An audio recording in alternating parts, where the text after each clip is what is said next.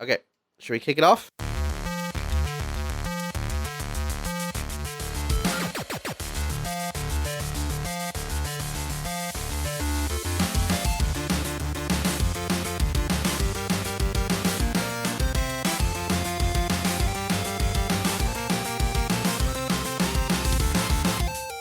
Hey, welcome to episode 162 of Front Seat Gamer. I'm Nick. I'm here with Blake. Hello. Started with you this time. Holy, I was not ready. This is all out of whack. Oh, I like to keep you guys on your toes. And Paul, how's it going?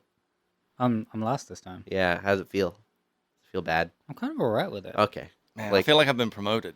I don't like it. I can't take the responsibility. Yeah. Let's swap it I'll back. crack under the I'm here pressure. with Do you want Paul. to try? And Blake. What if we do it at the same time?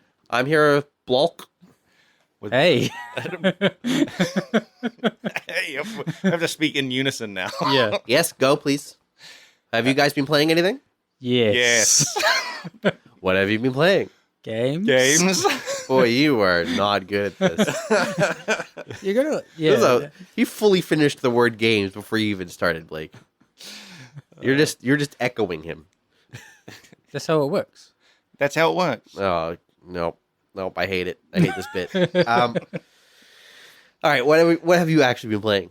Let's start with you, Paul, because last week, let's face it, you mentioned that you've been playing Disco Elysium, Yet.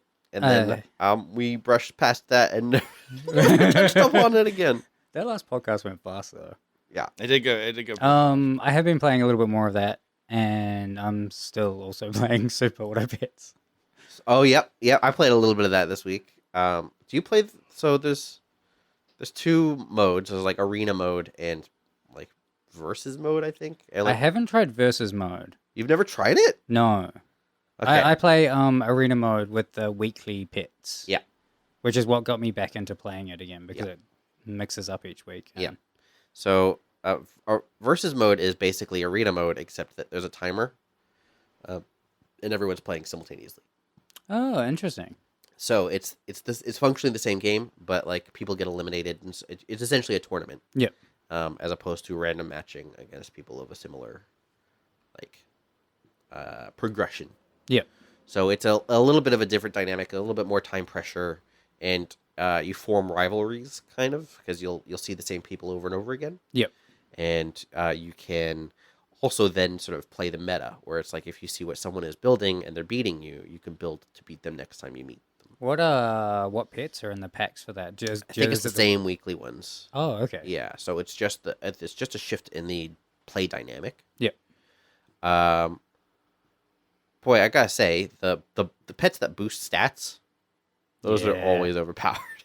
Yeah. Like I've consistently gotten to like first or second, like either 9 or 10 victories doing that, and then I fail on if I try anything else. I go like 3 or 4.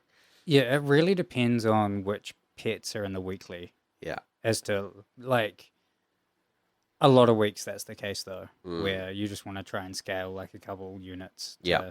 50-50 as soon as possible. Yeah. But there have been other ones where, like, summons end up the best, and there's no point scaling anything because you just want to get as many summons as possible. Right. Yeah. I don't know that I love that there's so clearly kind of a best set of pets every week, or like a best like Yeah, it's kind of best in the first few days when no one's really figured out yet what the meta is. Yeah. Mhm. Once it's sort of locked in, it does get a bit boring. Yeah. I do feel like that's the best time for a lot of games is when the meta is unknown. Yeah.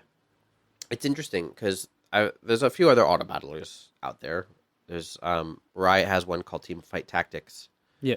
Which is just kind of a more complex version, and has like a more complex item system, and you have to place the heroes, and the heroes have abilities and all sorts of stuff. Yeah. And then there's like Blizzard's version, which is simpler than that, but still more complex than Super Auto Battler Pets. Yep. Pretty sure I nailed that. I'm sure all those names are in the title in some order. Yeah. Yeah. And that Blizzard's is Battlegrounds. It's part of Hearthstone. And both of those, they will change the format. Like they'll change the I guess loadouts, whatever cards are in or whatever Like units are in pack. there. Yeah. But they will do it a lot less frequently. It'll be like 3 months or a few months as opposed to weekly. Yep. And so they really focus on making sure that every avenue is viable, Yeah. Okay. which I think is certainly better for a hardcore audience. Yep. For a casual audience, I think like I can see why they would just go with that random regular Yeah, rotation. and to I keep think people it coming is back. random too, because you definitely get like some mechanics just don't work. Right. Like there might only be two. Like for example, in this week's one, there's like 2 pets total. I think that work off trumpets. I saw the trumpets and I was like, "Oh, a trumpet! Yeah. What was this And mechanic?" that whole mechanic seems like it's like really quite cool, but I haven't had a chance to play it because Yeah. there's only 2 pets that Yeah. use it. One of them, and only one of them, I think, actually adds trumpets, and the other one and the other one uses them. uses so them. So you kind of can't do it. yeah, you can't this week. I guess you could. One thing that's not really clear to me is how the pool of like units is dispersed. Like, could I, for example, get 3 fully leveled level 3 trumpet producers? I don't know. Or is there like a hard limit on the number? So one of the things that happens is that like every 3rd level you unlock a new tier of pets. Yeah. But that dilutes the pool each time. Yeah. So the chances of you even getting 2 level 3s of the same thing, Yeah, they even drop. if one of the early ones, you just won't see them enough. But you could, for example, buy a couple of level 1s, not merge them, and hold out for the chocolate that grants experience. yeah, you could actually. But I just don't know if like is there a limit to the number of chocolates that could appear in a game, that kind of thing. I just don't know if there's like hard limits to that sort of thing, or if it really is I don't just think like there's hard limits. I think it's interesting. because sometimes you do get really lucky and that they just show up That all chocolate the time. is OP. Yeah, it's great. It's like the best item. Half in the the time you re-roll the shop, you're just hoping for chocolate. game. Anyway, listeners, if you haven't tried that game out, it's really fun and free. Yeah. Definitely try it. But let's talk about Disco Elysium before we forget, please. Yeah, so I started playing that like maybe a month ago now. Now, I all I know is that people really like that game. I think it's like a turn-based fighting game, like turn-based RPG. I have not had any combat yet, and I Okay. am like 2 game days in. I'm Okay. near the end of the 2nd day. Maybe How I'm- long is a the- game day? Like quite a while. Okay. It's based off how much time you spend talking to people. Yep. The more dialogue things happen, That progresses the time. progresses time. Yeah. So is it just like an adventure game then? Pretty much, but like heavily dialogue focused. Yeah. It has.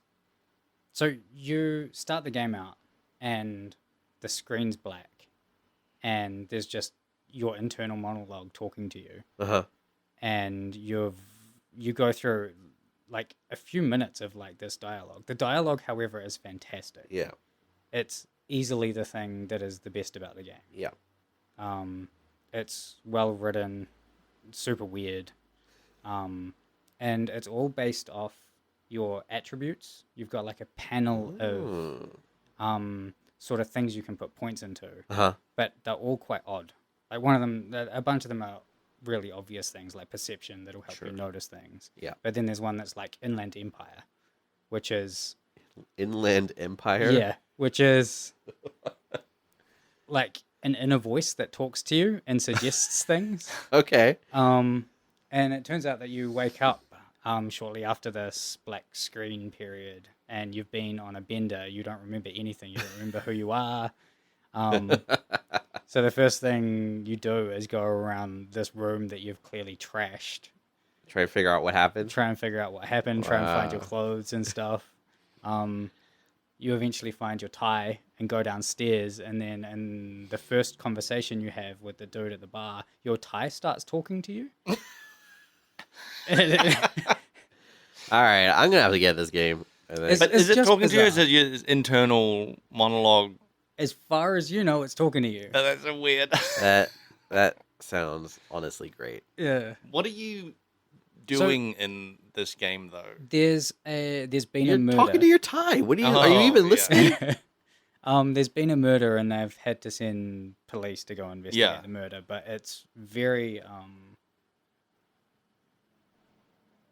like almost post-apocalyptic, but really just quite run down. I If don't something know is the almost backstory. post-apocalyptic, does that make it apocalyptic?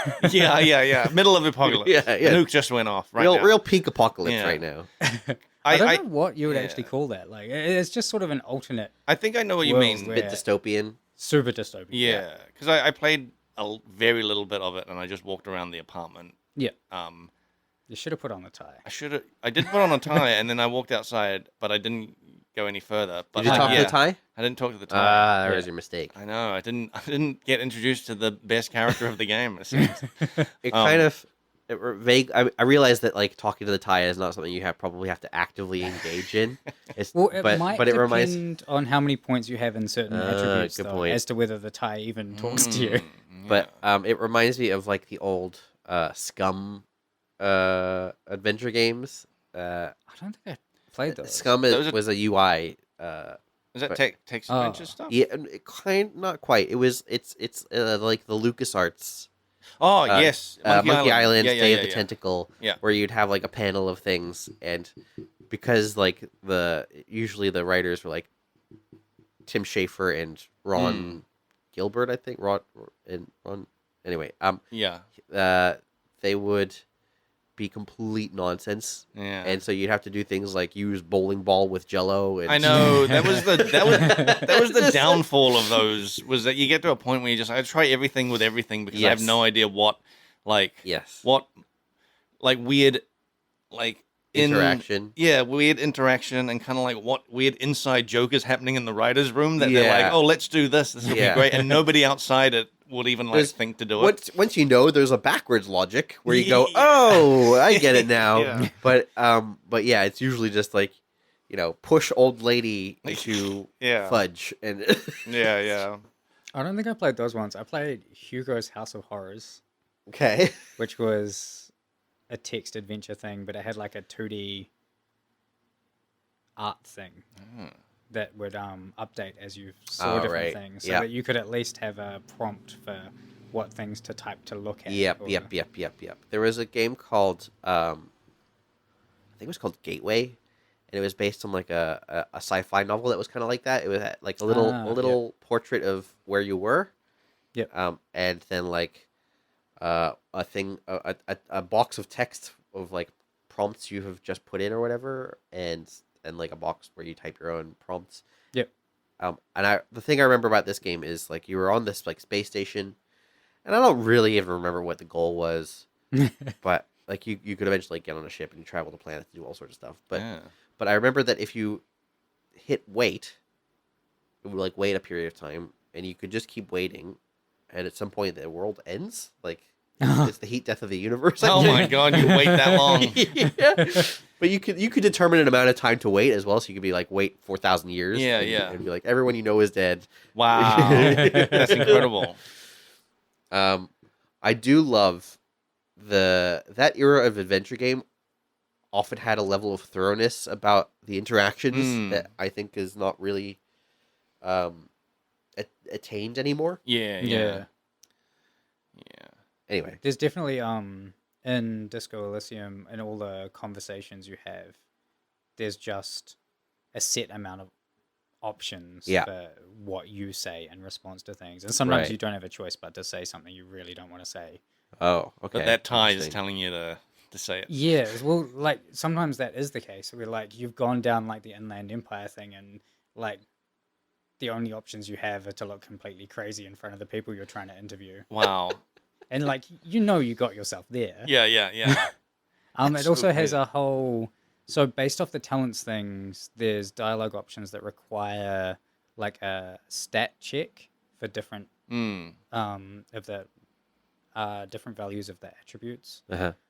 That can be kind of frustrating because it's a dice roll every time. So I've had ones where I had like 70% chance to do something successfully and then still failed. Yeah. And then looking like a madman while trying to interview someone. Yeah. How do you?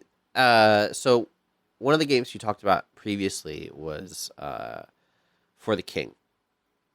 Yep. Remember For the King? That is a game that also relies heavily on dice rolls and randomness for your success. Yep. How do you feel about that kind of mechanic? I liked it in For the King.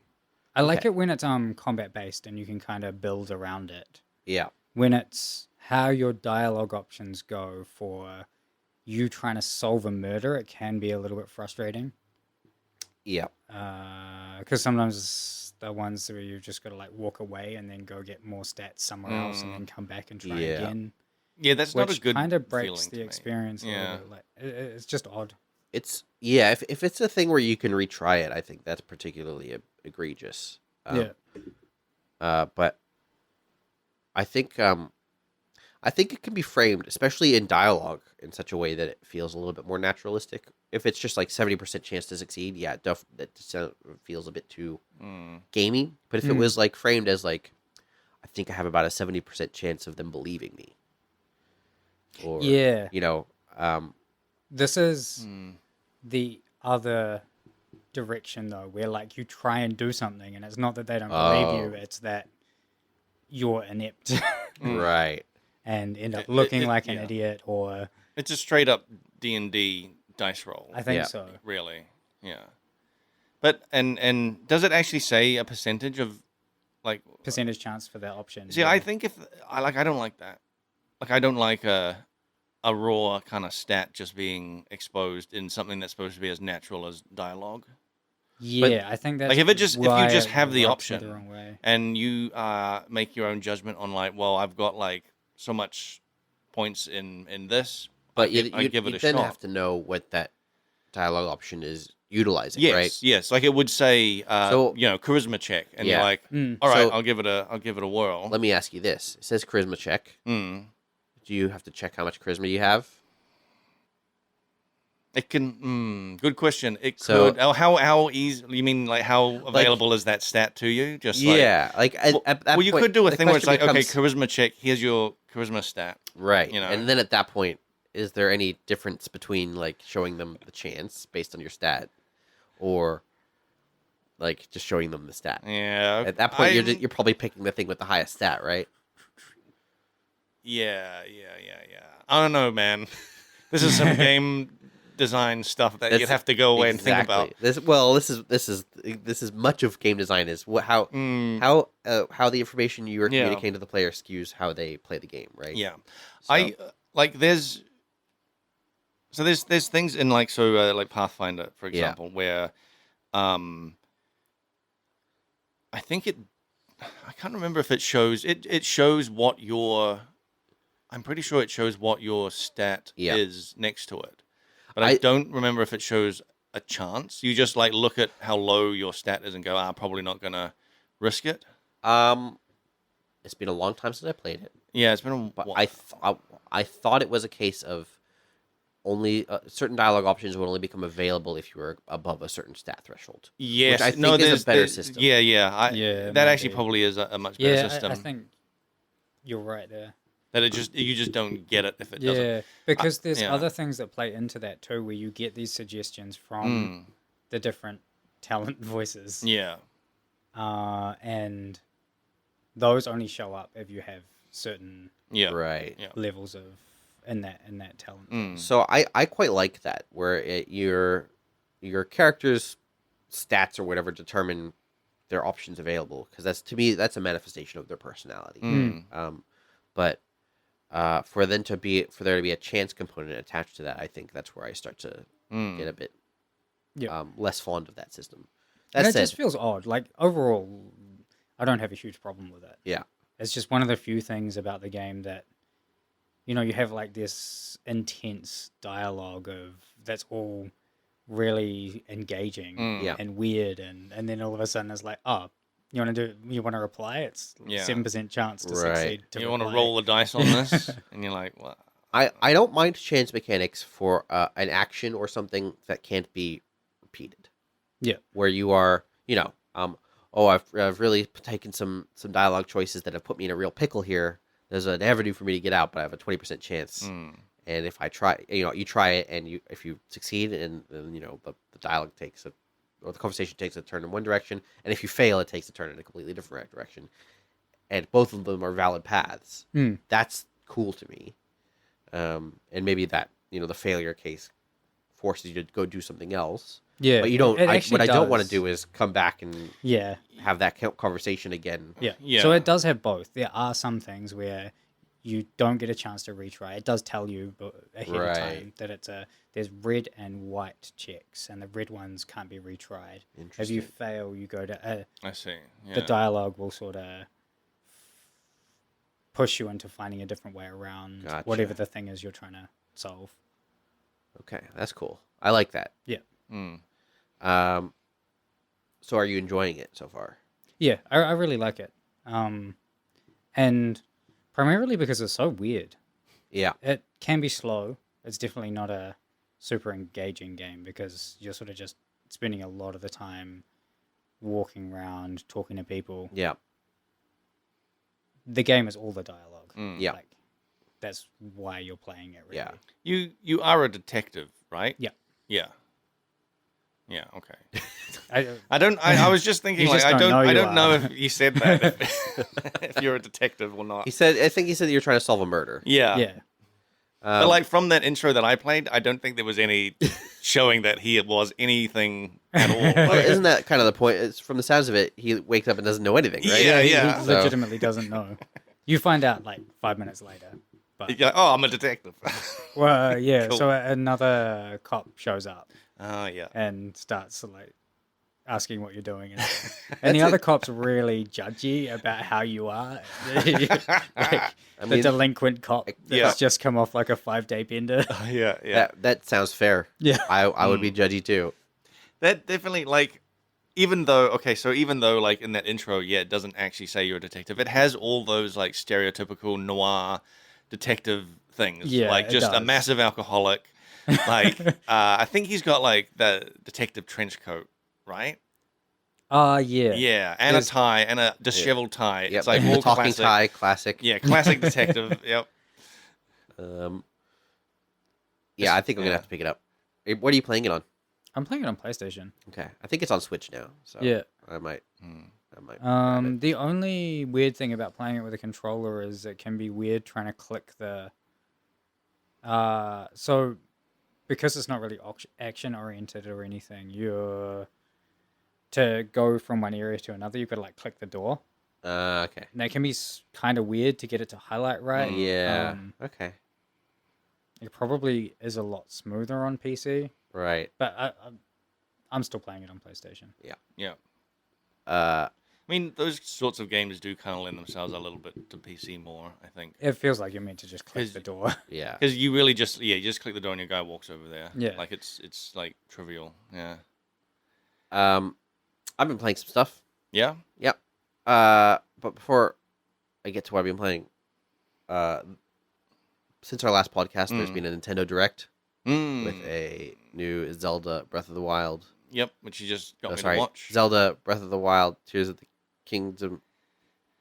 It's not called Breath of the Wild. It's just called Tears of the Kingdom, right? Yeah. I think it's called Legend of Zelda Link's Breath of the Wild, Tears of the Kingdom. Yep. Auto Battler. Auto Battler. Super Deluxe. Yeah. I think there's a turbo in there. Okay. Turbo Deluxe 64.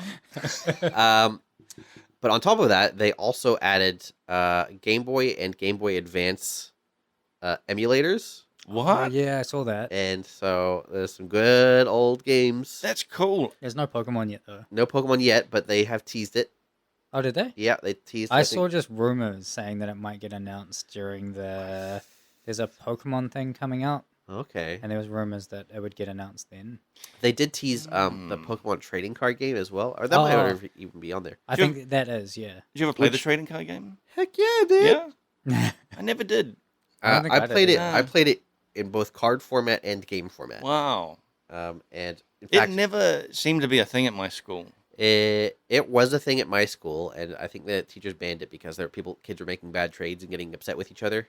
But there was at Toys R Us, rest in peace. On like Saturdays, yeah. you could go and play in like a pre-assigned area, Oh, and cool. I was Oh, that's so cool. I was in maybe 4th or 5th grade or something. Yeah. So I would have been like 11 or 12 or 10 or something. Yeah, yeah. And then there was like a 19-year-old guy, and I would play against him, and every week I would just decimate him. And That's so good. there was like an adjudicator basically who Yeah. would be, some poor Toys R Us employee who would have to sit there, and you had a book, Yeah. and if you won, you would get stamps in the book, and after you Wow. got enough stamps, you would get a badge. Holy. So I got a rock badge, and Oh my and a God. water badge. That's so cool. And you'd get like promo cards and stuff for reaching certain thresholds. It was That's really cool. awesome. Yeah, it was fantastic. Well, it was a great program. It sounds way cooler with the program. Than Yeah. it does Yes. as just a game on its Yes, own. it was genuinely like a tradition of mine to like go every weekend or every second weekend and Yeah. and knock some 19-year-old on his butt with my cards. But they stopped doing it. And Yeah. Yeah. that made me sad. I still have the badge somewhere. Oh man, that's so cool. That's like that is really Isn't really that neat? cool, man. I think Yeah. that's the coolest thing. I think that's the sort of thing that I would love to have still. Yeah. Like, well, but now you know it's all. If they would probably have something like that, but it's all online. It's all on Roblox. Yeah. I've heard of that. Yeah. Did I ever say on here about my nephew a couple years back when he came to stay, installed Roblox on my computer, and he spent the whole weekend playing it. And the game he was playing was YouTuber Simulator. So you play as a YouTuber, Yeah. and you just Yeah. have this apartment, and the game is clicking on your computer, sitting down, and doing some like basic mini games to get like viewership Yeah. goes up. Once you Yeah. got enough viewership, you go to a shop and you can just buy random stuff for your apartment. That's the Okay. game. That feel sounds like- like a All the Roblox games are like that. I haven't seen many of them, but I saw a friend's son playing, and it was a gym simulator. Oh my! And I'm pretty sure you just had to tap like one side and then the other to do Wow. like bicep curls. And he was like real excited and showing me it. And the area he was in was filled with all these other kids. Yeah, yeah. also just pushing one button and Yeah. the other. That's what I couldn't believe either. Like you'd go out into the like more open hub area to go buy stuff, and it's just filled with other kids doing the same thing. Yeah. that you should look into the economics of Roblox because it's pretty sad. Yeah. Yeah. So like in theory, that company pays people who make the games within their system. Oh yeah, yeah. I see. But like they're getting cents on the dollar basically. Wow. And there's a lot of weird ethical things going on there. Anyway, there's a great YouTube channel called People Make Games that covers this in depth. So if you're listening, you should check it out. That channel is fantastic. Really, really good, serious games journalism. That's good. That's good. Yeah, Yeah. it is really good. So I've been playing some idle games. Mhm. We'll skip past those. I want to talk about many years ago. I may have talked about a game called Solitarica Mm-hmm. on the podcast. Probably the best mobile game ever made.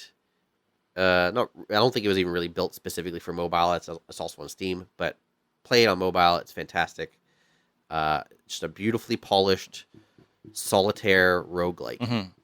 That company is called Righteous Hammer Games, and I was like wondering what they'd been doing in the meantime, and they have put into early access a game called Zor, Mm-hmm. Pilgrimage of the Slorfs. Yep. I think. Yep. Yep. Which, let's be honest, that's a perfect name. I think that's a perfect. See no problems with it. See no problems with it. I definitely am immediately curious what a Slorf is. Yeah. What about a Zor? Zor? Less so, Okay, but yeah. still a little bit. But Slorfs in Slorfs. particular, Yeah. Yeah. The Does- Slorfs is the thing that hooked me as well. Yeah. yeah. Yeah. Especially the pilgrimage of them. Yeah. Like what are they? I just imagine some kind of weird Smurf type thing. You're not far off. They're little fuzzy looking like Yeah. yeah. It's like a cross between a Smurf and the Podlings from Dark Crystal. That's what I'm imagining. I don't remember the podlings. Podlings are just like little weird peasant raisin people. So the game itself is like it's an early access. I bought an early access game. Yeah. Blake, what Yeah. have you done to me? Yep. I'm glad I finally have The worst influenced thing. you. Yeah, I'm not. So you But bought it although- and it's not finished. it's not finished. Yeah. Although having it, although buying an early access game from a like company that's already been proven is definitely not my my style. That's true. Yeah, you want to go in blind. Yeah, Someone- yeah. Oh, one guy made this, and it's all borrowed assets, or like Buy definitely. Unity Store assets. Oh, perfect. Yeah. This is gonna be the WoW killer, he says. It's a survival game in there. Yeah. Survival WoW killer. Oh my god. Made by one guy. This is gonna be so how could it go wrong? So this game is a survival game, Yes. but it's a survival card game roguelike deck builder. Okay. It's like I'm gonna try and do my best to describe it to you. The core gameplay is like a bunch of hexes, Yep. and you have two characters, and you have a shared hand of cards and deck of cards. Okay. And the cards give you the capacity to move one character, like the current character, or make that character attack, or make that character harvest. And there's like enemies around. Yep. And the goal is just to eliminate the enemies. But you should also try to harvest ingredients. And you've got some resources, food and water specifically, and health is like your final resource. And as you use your movement skills, you usually deplete food. As you use your attacks, you usually deplete water. Yeah. And if either of those are depleted and you try and use those things, you start to deplete health. Is this like taking place over like a giant map or something? That's like So far, it's just little maps. Yeah. And once you defeat the enemies, you can make camp. okay. And when you make camp, you have the opportunity to upgrade the cards in your deck, or upgrade your camp with the resources you've found, or build new cards with the resources you've found. Right. And so, and then you go on to another stage where it's harder. Mm. And at the end of like a series of like 8 stages, I think there's like a boss fight, Mm. and then you go into like a new biome essentially. Neat. Okay. This And actually sounds quite cool. it's Yeah, really yeah. fun, and it's really well polished. And I haven't played enough of it to like say you should definitely go out and get this. Yeah. But I've had a really good time with it so far. The name is terrible. I just hate the name so much. I really think they Is it- shot themselves in the foot with that. Is but it a name that's so bad that's actually kind of good? I don't think so. Not for me. Not for me. Zor Pilgrimage of the Slorfs. What would you want to call it? Just Pilgrimage of the Slorfs? Why not just Zor? Or like That's so generic though. At least Zor. pilgrimage of the. or At Slorfs? least the acronym as POTS. Oh yeah. Zorpots. Zorpots, Zorpots. Z-Pots. But Pilgrimage of the Slorfs has some personality to it, It does. I would say. The game itself is really cute as well. Like, Yeah. like the sort of things you're collecting grass and sticks, and then like you can collect monster eyeballs, and then you put the eyeball in a stick, and it becomes a thing that you can place on the map to do a Oh, thing. neat. It's just like it's got kind of a slightly twisted sense of humor to it. Really just fun. Is So- the art style similar to Solitarica? yeah, No, Solitarica? no, it's 3D first of all. Really? Okay. And how would I describe it? I don't know that I can think of an analog. It's like semi-cell shaded, really interesting use of color. Like, it's honestly really pretty looking. Is it 3D in the like similar way to like Cult of the Lamb? Have you seen that? Where it's like it's 3D, but the characters all look like they're like paper 2D. No, these characters look 3D. Okay. So yeah, it's I don't know how much more I can say about it other than like I'm excited to play more of it. Nice. I just haven't So had it's time. just on Steam at the moment. Yeah, Steam Early Access. I think it was like $20-something. I think I might get this. Does it? oh, early access on Steam. Survival. I mean, you sold me. immediately With... It's been pretty fun. What's interesting, like some of the interesting aspects about it, I guess, like so when you kill monsters, they drop experience gems, and you have to actively pick up the experience gems. And once you've like killed all the monsters on the map, you can make a camp, but you don't have to immediately. You can still go around and collect the remaining resources on the map. Okay. Yeah. But you'll be spending food moving around. Yes, that's the thing that kind of makes it I interesting. see, It's like yeah. there's still a cost to going to around and collecting these things. And when you make a camp, you replenish your food and water, but not your health. Right. So as you progress, these areas get bigger and there's more monsters, and you have to expend more resources. And you can find food on the map and stuff, so you have to sort of plan out your paths a bit. But you do find yourself starting to wonder if you can make it to the resources you want. And you can make camp at any time once you've cleared all the monsters. So there's no harm in like trying to go for it and then realizing, oh, I would die. If you make camp, do you then automatically move on to the next? You go into like a screen where you can do the upgrading and the crafting. Yeah. And that's where you've got the capacity to alter your deck cards, and also like the deck itself. Like you can move cards in and out, but you can upgrade the cards themselves. And when you upgrade cards, sometimes there's just like a direct upgrade, and sometimes there's like you get 3 options out of like 11. Oh wow! And so there's like an element of randomness to the upgrading, and the upgrade's really interesting. Upgrading a movement card might just be like, now it's slightly more efficient. It can move 2 spaces instead of 1. Or it might be like, now you can move 2 spaces, plus 1 extra for every other monster around. Oh. Movement, by the way, also can be attack. Okay. So the more movement you have, the more attacks you can do. Oh, I see. It's just a move. You mean like they call them actions? Yeah. But those cards specifically are called like movement cards. Okay. But then you've got special attack cards that use water instead of food as their resource, and often have some sort of effect attached to them. So it might knock the enemy back. It might immobilize them. It might pierce their armor. There's like all these little modifiers on the monsters that keep things interesting so far. So yeah, it's just lots of little cool, well polished, simple systems that are aggregating to make a fun roguelike experience with survival elements so far. Yeah. Sorry. So I was just gonna say, which in the context of like Solitarica, which was like a really polished roguelike built around solitaire, where you could essentially make classes. Yeah. It's fantastic.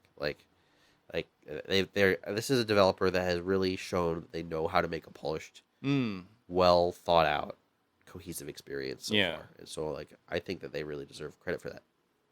Yeah, especially if it's already in that state in an early access game. Yeah. I was going to ask about when it comes to actual combat, is it just turn-based, you play cards? So you can only play 1 card per turn. Yeah. And each character has a turn in a sequence. So like you essentially have 2 characters on the board, and the enemy has as many characters on the board as they have. Like it could be 1, it could be 5. And so you play your card on your character, you do your action, it goes to the next character, which is maybe your character or theirs. Okay. And they do their action, and that's just how and then it loops back around. Once you run out of cards, does it just reshuffle them back in? Yes, it does. Some cards don't get reshuffled. Some cards I like burn once you use them. Yeah, for that round. Yep. Or there are a lot of the resources that you can pick up can be used as cards as well, but they're consumed.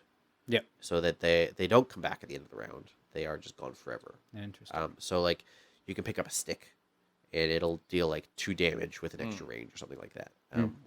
That might be the thing that allows you to survive, but that means you don't have that stick for crafting at the end of the round. Yep. So there's like a lot of decision making there. How much information do you get about the enemies?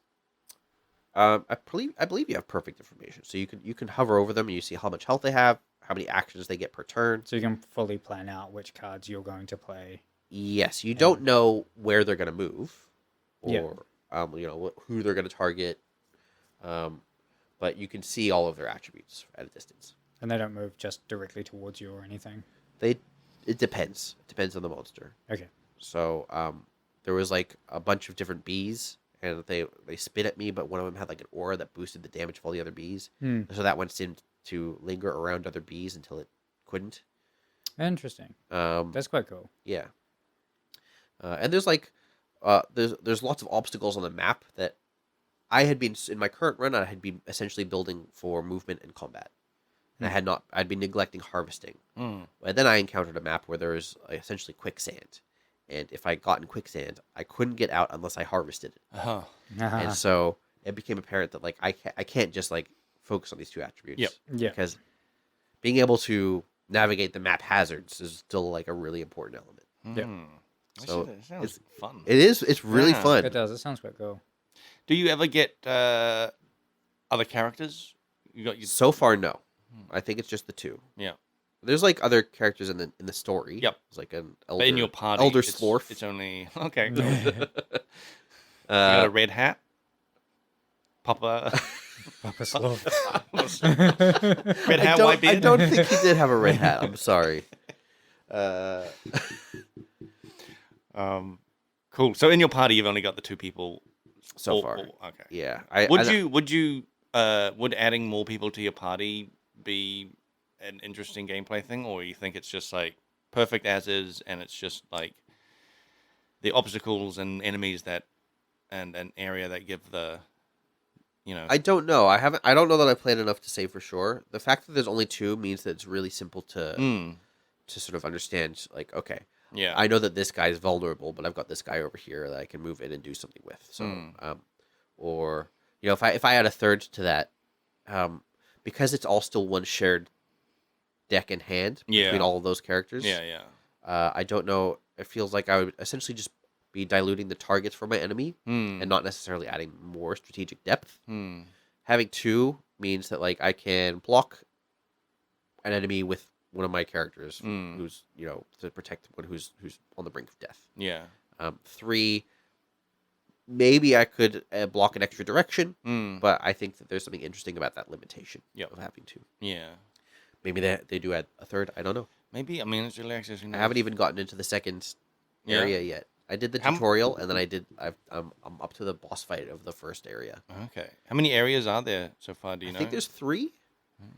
And when you start a game, this is kind of interesting.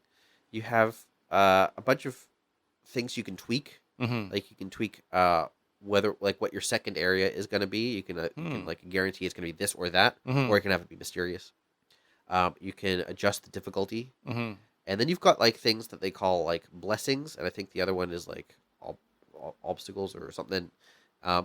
Blessings are just like permanent boons for that entire playthrough. Yep. And obstacles are like permanent negative effects or challenges. Yep. And as far as I could tell, there's no benefit for like making the game harder yet. Oh, really? I've just played it at its like most basic mode. Yeah. Or that's what I'm currently doing. Yeah. So maybe there's some sort of meta progression. You're not getting getting like more rewards for making the enemies harder. I don't think so. That's a interesting. So this is something I need to investigate. This is why I haven't really played it enough to be sure about some of these things. But like, it makes me wonder if they're gonna do something with that system. Yeah, like if essentially they haven't attached anything to it for the sake of testing, just to more balance before they start attaching. Because that sounds a lot like the kind of roguelite thing where you have an overall progression and you get extra progression by doing it harder. Yeah, so I wonder if there's like permanent recipes or something like that. Oh yeah, there's something else. You unlock recipes and Neat. I thought you might like that. Like, yeah, neat. I mean, you'd expect that with a survival game that you get recipes for things. Yeah. So yeah, and crafting. Do they have a roadmap for development? I think they do. Yeah, I haven't looked into it. At it. Yeah, I bought it purely on the faith of the developer. Yeah, I was just sort of curious how far away it is from actually being released, because it sounds like a lot of the game's already there. That's a really good question. I don't know. So many early access games, though, you read, like in their early access thing, there is a question like, how long do you expect this to be in early access? And they're always like, it'll be only a year or something like that. And then they've been in 4 early years access for in. like 4 or 5 years. You're like, Yeah. Well, so this came into early access in August last year. Okay, yeah. So it's not brand new. Yeah. But it's still pretty recent. But also, I think having from a company that's already a proven company that can make like a good game. Yes. I don't think there's much of a risk in getting into one of their early access games. Yeah. I think the fact that the game is already so polished. Yeah. Like even if they are quote unquote in early access for years. Yeah. I mean, It you're doesn't sitting really there matter. like if you didn't say it was early access, it sounds like a complete game. Yeah. Yeah, and I've played early access games that are definitely not complete at all, like not even close. We also don't know how many updates it's had since August. Yeah. Like maybe it was much rougher when they first put it up. Yep, I have no idea. Yeah. This is all stuff I should look into. It's and cool, I have. man. It's definitely something to keep an eye on following their. I am going to be playing more of it. Yeah. My next opportunity Sounds cool. is probably going to be in weeks from now. Blake, you've been playing stuff. I have. I've been playing Hogwarts Legacy. Yep. And it is pretty fun. How much did you pay for it? I think it was like $100. Okay. Yeah, on Steam. You know, standard. Oh, on Steam. Yeah, on Steam. Woo. Yeah. PC games being $100 is actually on Steam, especially, is a bit. That's. I guess it's AAA. I mean, it depends on the AAA game. games. Like, Yeah. there are games.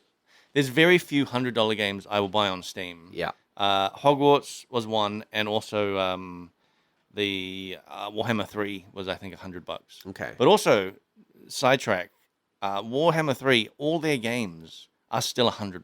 Wow. So if you wanted to play the giant, maybe I also mentioned this before. If you wanted to play that giant combined map where all three games are combined into one, it's a $300 game. That's a thing? Yeah, I didn't even know that was a thing. yeah. It's kind of cool. Yeah, it is really cool. Like, it's basically the only mode I play is like combine the giant combined Right. map, and now the third one, it's like it's huge, it's ridiculous, but $300 over, I don't know, it's been like 5 or 6 years. Yeah. It's pretty much fine. But if you were like, I want to get in on this now, That's a big investment. yeah. The Final Fantasy VII remake is meant to be released in like at least 2 parts. I'm not sure if it's 3. And a PS5 game, like just through the PlayStation Store, will be $140. For 140. Yeah, a lot of the time. That's obscene. is that I mean, for I'll all double 3 check. parts, or is that for one? No, for 1 part. Holy. PlayStation obscene. PS5 games have gotten really expensive. I don't like it. I mean, look, I kind of get Maybe it. it's 'cause- 120. Maybe I'm like over. Well, talking about that, like I did happen to look up how much it was on other games, and other systems, and I'm pretty sure it's like $100 something for PlayStation 5 version as well. So, whatever. Well, how is it? It's pretty good, although it runs pretty roughly on my PC, and I've got like a pretty Yeah, you decent. got a pretty I got a decent PC. pretty decent PC that's like 2 years old. it's 2 years old, and it was like, quite a few grand to put together, and it's run everything else I've Yeah. ever played on Ultra completely smooth. Yeah. It really suffers this like stuttering, Yeah. which I've found has like been a major problem for other people on. Yeah. That's what I've heard. And like I tried lowering all the settings, it didn't change anything. Interesting. Is it so? Could it be loading assets? I think that's what it is. Yeah. So, the main areas that it stutters are definitely sections where it's loading in chunks of the world. Yeah. There's a lot of like you're running through Hogwarts. There's a lot of doors, right? And you get like a little like loading kind of bar on some of the doors. Okay. Sometimes it's faster than others, but it's almost never a smooth transition through a door. Does this game look good enough to justify that? The thing is, it looks pretty good, but like I don't think it looks incredible. Like Is it I cyberpunk think I tier? heard about it having problems on PC that it wasn't having on console. yeah, and it also wasn't having these problems on Yeah, console, which is just interesting. bizarre. Like you would think PC, it's running the best, but Yeah, probably. it's really weird. They For the put out most part, it's going to be better hardware. what's that? For the most part, it's going to be better hardware. Yeah, exactly. And when I can do a benchmark test, when I do that, it's recommended settings for me are all ultra. Yeah. So it's saying the game is saying I can run this, and then I try to run it, and it's like, man, it's like choppy in bits, and then like even in cutscenes, it can be like staggering. Really? Wow. Yeah, in cutscenes. Is it maybe it's shaders? I don't know what it is, but I've Maybe- adjusted. when you maybe. revisit an area. Do you have the same issue? Not always. Yeah. It definitely is. There's some sort of loading and unloading thing happening Changing for assets sure. or whatever. For sure, I think that's what it is. Yeah. And the graphics itself don't seem to do don't seem to contribute Yeah. to that much at Yeah. all. Interesting. But I've lowered some settings like the what is it, that NVIDIA The ray tracing thing. yeah, the ray tracing stuff. the amount of like crowds that are in RTX, an is that area. what it Yeah, is? yeah, the RTX stuff. I've messed around with that, and it's like it's helped a bit, but like, yeah, it's it's pretty weird. It's Yeah. pretty weird. Especially considered I was playing Control, which also uses all the RTX like reflections and all that, and it's just that is so smooth, that game. Like never once did I encounter any like lagging or anything. And although the actual gameplay, yeah. So the game is pretty great. It's a lot of exploration and a lot of getting sidetracked from the main story very, very easily. Yep. So where I'm at now, main focus is Hogwarts. I've just gone to Hogwarts, and then I've like got these quests to like go to these classes and stuff. Yep. But along the way, you get side quests that you run into people and you end up doing. You also there are just like puzzles and treasures and things all around, and secret passages all around Hogwarts. Sweet. So you're just running along and you see like, oh, there's like a secret door thing here, and you just end up solving this like puzzle for a while. There's just treasures and like secrets everywhere that just sidetrack you constantly. Are they doled out at a pace based on like character progression, or is it just like, here's an area, there's like 400 things to do, go for it? There's some of that, but there's also like just actual side quests that characters will give you. Right. And I'm pretty sure that depends on that's probably on either story progression or level or whatever. Yeah. But the thing is, I've been playing for like almost 20 hours, and I've barely advanced the main story. Yeah. So the main story quests show like a recommended kind of level. Oh, and no. I'm getting recommended levels. The recommended levels for me are like level 3, level 4, level 5. I'm like almost level 15. Oh no, Blake, you're gonna have a real bad time when you actually resume the main quest. Yeah. It's just gonna be so boring. It'll be like, oh, I'm a rival wizard, and you're gonna be like, pew. Well, not really, because You're dead now. I've done a bunch of like battles. Yeah. And I have a feeling the world scales to it. Okay. So I did a quest that I'm kind of torn as to whether or not that's good. Yeah. Well, I constantly. I did a quest that I needed to actually, maybe this was just a side quest. I can't even remember what the main quest was. But anyway, I did a quest. The recommended level was like 5 or something. Yeah. And there were these like monsters in front of the cave that were like level 14, and I'm like, that seems Perfect for level 5. Yeah, that seems like odd. But like I'm also like level 13, like 12, Right. 13 or something like that. So I think the monsters around the thing probably scale to Right. at least some of them do.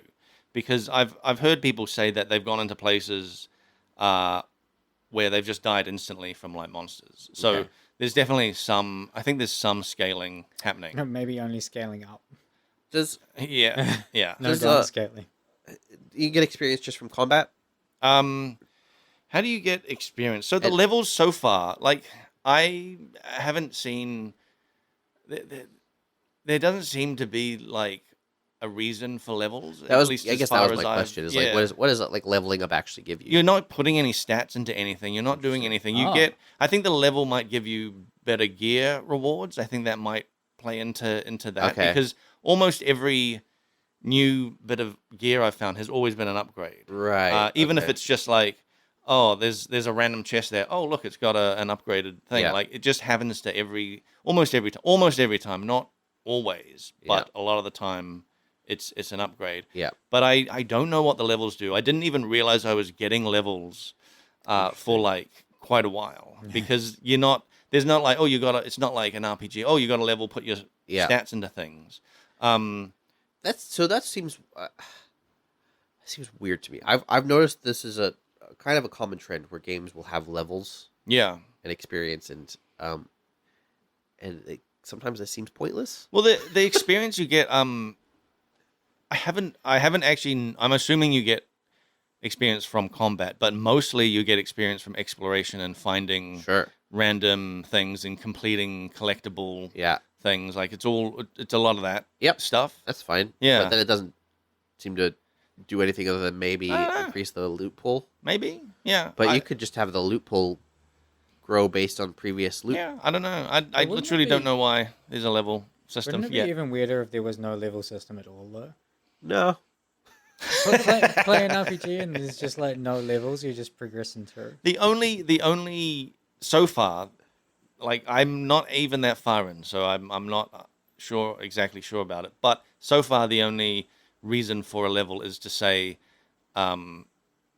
this quest recommended this level. Yeah. But then also I've had quests that are like, it's recommended that you have this particular ability before Yeah. you even go into it. So I don't know, man. I don't know. I think there's room for games that don't have levels and the progression's handled by gear. Like I've played games like that before. Breath of the Wild, for example, that has a real soft leveling system in that you can get more heart containers, right? Yeah. But otherwise, it's all handled by gear. I mean, that is just how it seems in Hogwarts. Like, it's Yeah. just all gear just goes towards your actual, like, stats and defense and all that sort of stuff. And your actual level is, I think it's just a number. Like, I wonder if this is something from, like, playtesting where people are like, I don't feel I have a sense of progression. Yeah, Without- that would be without my a But number, that yes, was as my well. thinking, was that like, would I just stop playing it? Yeah. Because You don't there's know. no Yeah. progression anymore. But And I you could- suppose there's also no way to. It is a good way to gauge enemies because, like I said, there were enemies that were level 14. Having a level is a sort of easy way for a game to say, this is how strong a monster But- is. Yeah. But if the monsters are scaling to your level, it's completely. Well, I don't arbitrary. think they always are. I'm wondering if they were in that particular quest because it was like a level 5 quest and there were level 14 monsters Maybe it hanging does out in around. quests, but Yeah. not in the open. Yeah, world. yeah, it could be because I've had friends tell me that they've gone wandering into the Forbidden Forest. Yeah. One of the first things that happens is you get a tour of the countryside. This character takes you on this like walk along to this like town. Yep. Where you do a bunch of shopping, and along the way they go by the Forbidden Forest, and they're like, Yep. Forbidden Forest, don't go in there. And of course, a lot That of forest players. is forbidden. Yeah, that forest is forbidden. There's a load of signs there that say forbidden, blah blah blah. Yeah. And of course, like everyone runs in there straight away. How did you not? I mean, how do you not, right? Even I did. Okay, yeah. Even I did, but I didn't get very far. I was just like, I'm going to turn back. I didn't even see any monsters. I was just like, it's Too spooky. probably too Yeah. spooky. Yeah, but like I've had friends that have gone in there and just gotten wrecked, like one Yeah. shot by monsters that are in Yeah. there. So there's definitely like things that Like are, with a high base level. Or yeah, whatever. yeah, Sure, yeah, sure, yeah. sure. Yeah, but I think so far levels are just a way of gauging like strength. Okay. No, that seems to be it. But yeah, most of the game for me has just been exploring stuff, like running around the countryside, exploring things, doing side missions with people. Why have you not engaged with the main quest line? Well, Knowing that like it's giving you a recommended level. Well, here that is now 10 levels. I below have a yours. real weird way of playing where, like, I don't like missions where you have to go somewhere at a particular time, and then if you don't go there at that particular time, there's just a wait button. Okay. And so I will go to a thing. It'll be like, here you have to go to meet this professor in their thing during the day or something. Yeah. And it's like the middle of the night. I'm like, well, it's the middle of the night, so I'm just gonna go wandering around and And get then you into find stuff. something. And you Then I go find and- something, yeah. and then by the time I'm like, I should That get back makes to that thing. sense. It's nighttime again. Sure. I'm like, all right. So and there's always Yeah. seems to be like something to do. So it's just you just get sidetracked and sidetracked. Does a character ever sleep? No, so here's also a thing. I kind of wish it had a little more school simulation. That's kind of what I was thinking.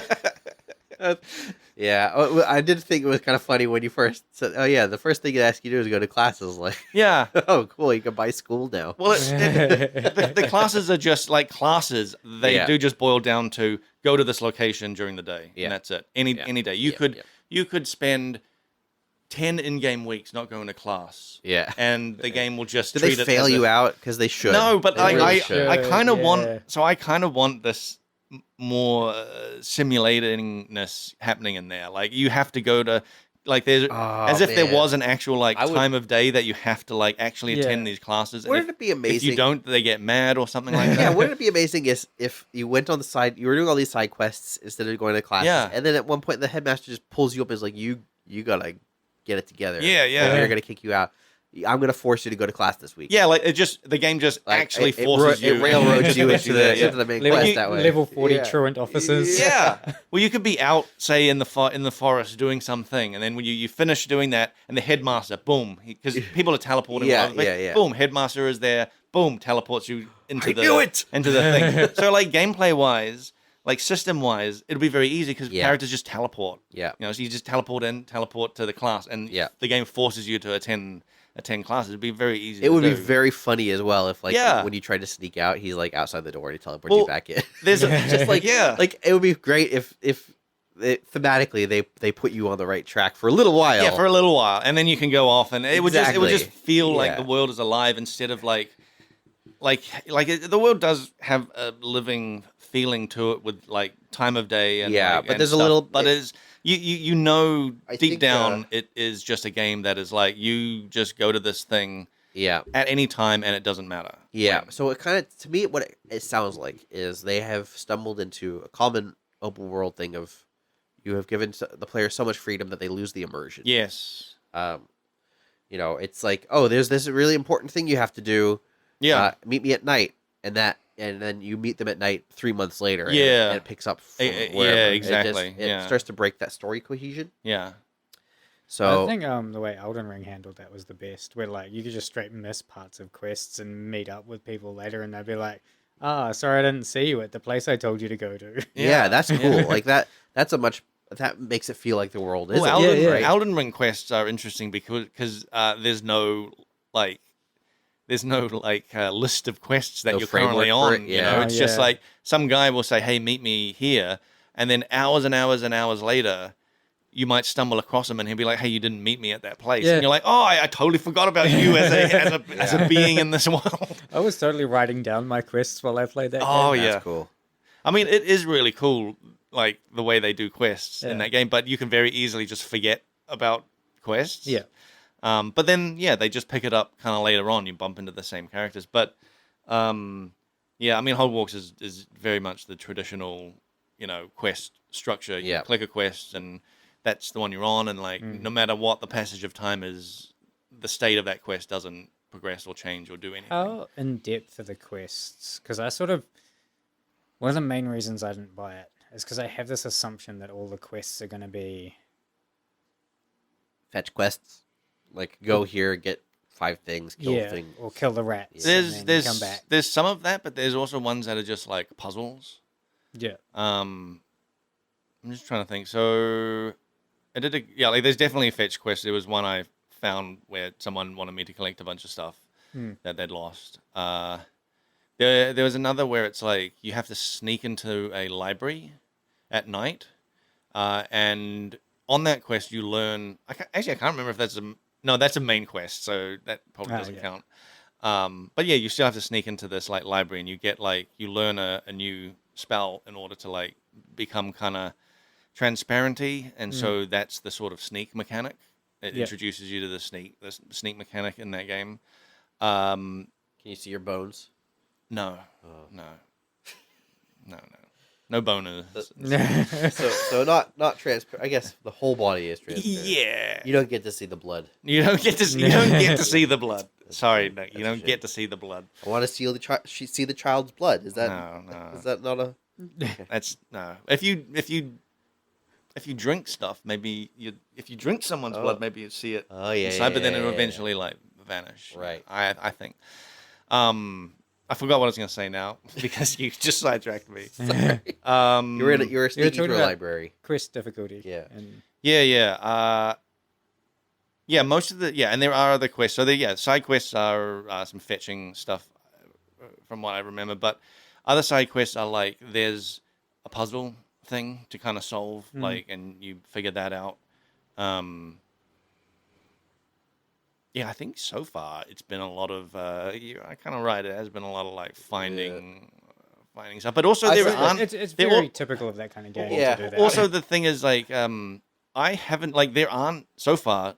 There aren't actually a lot of actual proper side quests.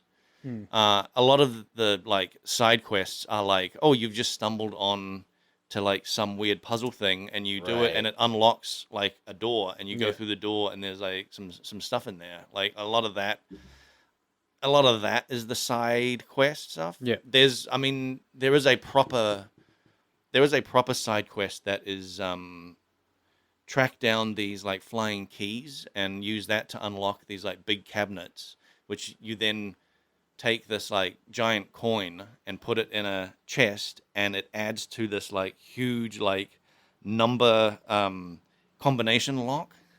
And I'm like I think I'm like 5 or 6 of these like coins away from unlocking this giant combination lock. So That's I'm like, I don't gonna know what's gonna happen when I unlock that thing. Yeah. He gives you a coin for an even bigger. Oh man, yeah. But look, dude, exploration has been the thing, and just Yeah. like wandering around Hogwarts is really cool. Yeah. That's cool. Most games, most RPGs I played, I really, really hate when they do the golden trail to things. This game is the only one I've ever played where it's like you actually need that to navigate Hogwarts, because it's a madhouse, right? It's a madhouse. It's just a maze of rooms, and like you do get a kind of sense in your head of where some things are, but there's just so much of it. But what is good with that is that you can choose to turn it on, and it's even just like on, because I'm playing on controller. It's just a one-click thing, right? And it just does this like trail to the next like quest location, which is cool. You know, because then you can find your way around.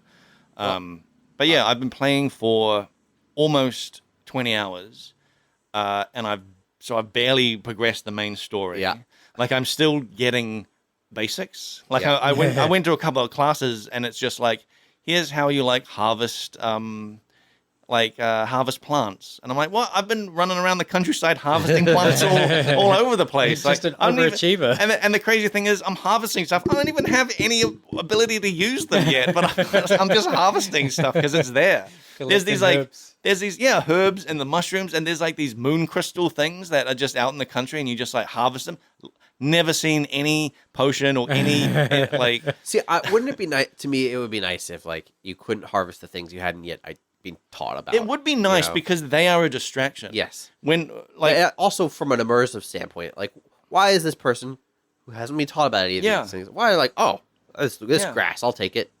There's also a weird thing of there are these daffodil patches around, and they're like little trumpets. So they go burp, burp, burp, burp, burp, when you're walking by. Okay. You can't harvest them. Oh. And I don't, and I'm like, so why can I harvest these like jumping mushrooms that just jump up around this patch of like little mushroom things? But right next to it are these like clear magic plants that just don't give me a harvest option. You know, so if you couldn't harvest things until you learned about them, that would make sense. Yeah.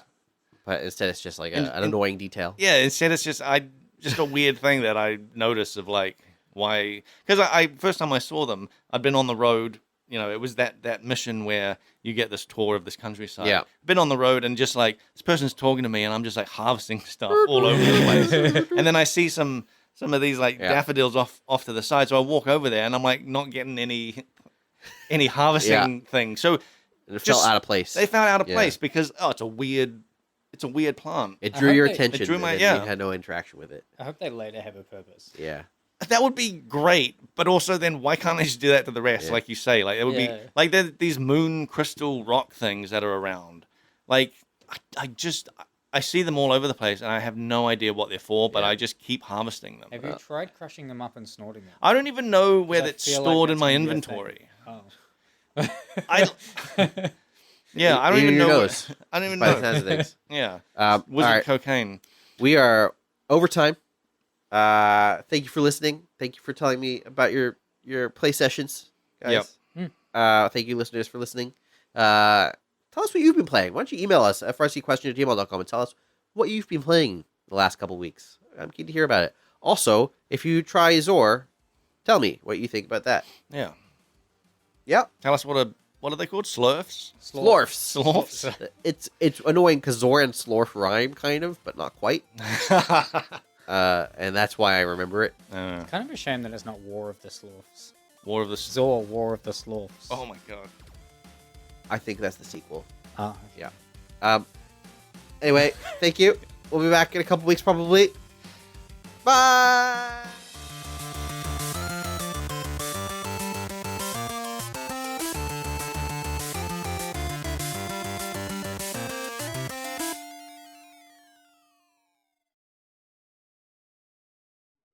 So you got games to talk about? Oh yeah, you do. I got Hogwarts.